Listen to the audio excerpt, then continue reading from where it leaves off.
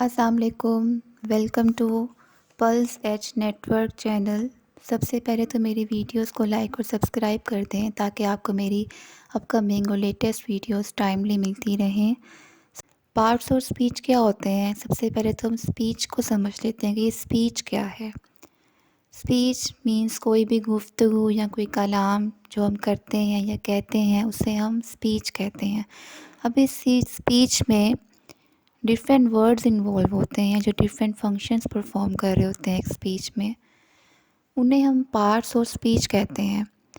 Parts और speech are 8 in numbers which are noun, pronoun, verb, adverb, adjective, preposition, conjunction and interjection. These are 8 parts of speech. Now let us see which is first parts of speech. Noun. Now what is noun? A name of a person, place or a thing. यानी कि किसी भी शख्स का नाम, जगह और चीज़ को हम नाउन कहते हैं। It's like a naming word, यानी कि कोई भी चीज़ जो नाम रखती है उसे हम नाउन कहेंगे। Either it is a person, place, कोई जगह और अ थिंग। तो एग्जाम्पल्स देखते हैं। For example, Alia is playing. अब इसमें आलिया किसी का नाम है, so Alia is a noun. She lives in Canada. Canada is a name of a place. जैसा कि हमने इसकी डेफिनेशन में पढ़ा है कि किसी भी जगह का नाम उससे हम नाउन कहेंगे, तो कैनेडा यहाँ पे नाउन है। थर्ड एग्जाम्पल है आई हैव अ बुक। मेरे पास एक किताब है। अ बुक यहाँ पे कोई चीज़ है, उससे हम नाउन कहेंगे। So any name of a place, thing or a person, it's called a noun. For example, Alia, Ali, Canada, Lahore, book, bat, ball, these all are nouns. Now come to the next parts of speech, which is pronoun. Now what is pronoun? A word which is used instead of a noun. यानी कि ऐसा word जिसे हम noun की जगह use करते हैं उसे हम प्रोनाउन कहते हैं। For example, Alia is playing a football. अब यहाँ पे आलिया किसी का नाम है, वो नाउन है। अब हमने उसको नाउन को किसी और जगह से रिप्लेस करना है, किसी और वर्ड से, तो उसके लिए हमने शी यूज़ किया है। अब शी यहाँ पे प्रोनाउन है। अब सेंटेंस वही है, बस हमने नाउन को रिप्लेस कर दिया है दूसरे वर्ड के साथ, शी के साथ। ही, शी, इट, दे, वी, आई, मी, ये सब प्रोनाउंस होते हैं जिसको हम रिप्लेस करते हैं, रिप्लेसिंग वर्ड। सेकेंड एग्जाम्पल में देखते हैं, जॉन लिव्स इन कैनेडा। अब जॉन किसी का नाम है, लड़का है, उसे हमने रिप्लेस किया ही के साथ। He is a pronoun. In third example, we eat it every Friday. अब यहाँ पे वी जो है वो प्रोनाउन है। So he, she, it, they, we, you, these all are pronouns which we use instead of a noun. So pronouns को हमने 3 persons में डिवाइड किया है। First person pronoun, second person pronoun and third person pronoun. अब first person pronouns कौन होता है? First person pronoun is always a speaker like me. जैसे मैं आपसे बात कर रही हूँ, मैं अपने लिए कौन से प्रोनाउंस यूज़ करूँगी? आई, मी, माई, माई सेल्फ, वी, अस। ये सारे वर्ड्स में अपने लिए फर्स्ट पर्सन प्रोनाउन के लिए हम यूज़ करेंगे। Second person pronoun, you, yourself, these all are words which are use in second person pronoun, जैसे कि आप, जिससे मैं बात कर रही हूँ। Third person pronoun is a person, third person जिसके बारे में हम बात कर रहे हैं, उसके लिए हम किस तरह के प्रोनाउंस यूज़ करेंगे? he, she, it, they, their, them, themselves, their selves, etc. So these all are 3 person pronouns. Third part of speech is verb.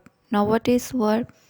A word that shows an action, यानी कि ऐसा word जो किसी काम को करता है, उसको होने को हम उसे verb कहते हैं। For example, Ahmad build a house. अब यहाँ पे उसने काम क्या किया है? कोई एक्टिविटी, कोई एक्शन उसने परफॉर्म किया है। बिल्ड, उसने घर बनाया है। Build here is a verb. She ran fast. वो तेज भागी. Now ran here is a verb. He is driving a car. वो गाड़ी चला रहा है. अब वो कौन सा एक्शन परफॉर्म कर रहा है? वो ड्राइविंग गाड़ी चला रहा है. So driving here is a verb. So verb is a action word. Fourth part of speech is adverb. A word which modifies a verb, an adjective or another adverb. एक ऐसा वर्ड जो modify करता है verb को, adjectives को और another adverb को, उसे हम adverbs कहते हैं. For example, he sings loudly, she writes neatly, Tom is very tall. अब इन तीनों एग्जाम्पल्स में loudly, neatly, very are adverbs. In first example यहाँ पे वर्ब जो है वो सिंग्स है. अब वो कैसा गाता है? लाउडली, बहुत ऊंचा गाता है. अब वो यहाँ पे इसको मॉडिफाई करे वर्ब को कि वो कैसा गाता है. एडवर्ब ऊंचा गाता है, so loudly is a adverb. She writes neatly, वो कैसा लिखती है? वो वेरी नीटली, वो बहुत साफ सुथरा लिखती है. Tom is very tall.